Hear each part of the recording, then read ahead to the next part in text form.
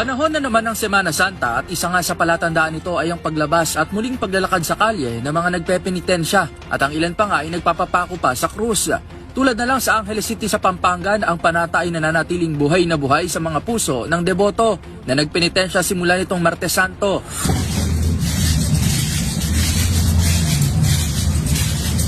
Sa kuhang ito naman ang ibinahagi na isang residente kahit gabi na ay patuloy ang penitensya ng ilang mga deboto sa kanilang lugar.